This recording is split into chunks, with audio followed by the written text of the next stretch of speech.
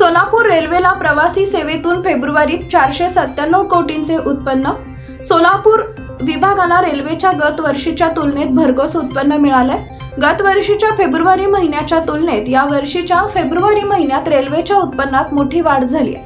प्रवासी सेवेतून 497 कोटी 75 लाख रुपये तर माल वाहतुकीतून तब्बल 533 कोटी 99 लाख रुपयांचे उत्पन्न मिळाले। त्याचे आकडे रेल्वे प्रशासनाने बुधवारी दुपारी प्रसिद्ध केले।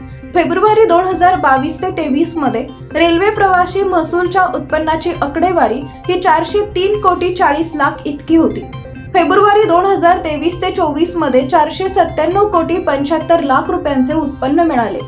मागील वर्षीच्या तुलनेत सध्याच्या चालू वर्षाचे उत्पन्न हे 23.39% इतके आहे। फेब्रुवारी 2022 ते 23 मध्ये रेल्वे माल वाहतुकीतून मिळालेले उत्पन्न 512 कोटी रुपये इतके होते। फेब्रुवारी 2023 ते 24 यातून मिळालेले उत्पन्न 533 कोटी 99 लाख रुपये एवढे आहे। मागील वर्षीच्या तुलनेत सध्याच्या चालू वर्षाचे उत्पन्न हे 4.33% जास्त आहे। इतर महसुलातून मिळालेले उत्पन्नही गत वर्षीच्या तुलनेत अधिक आहे।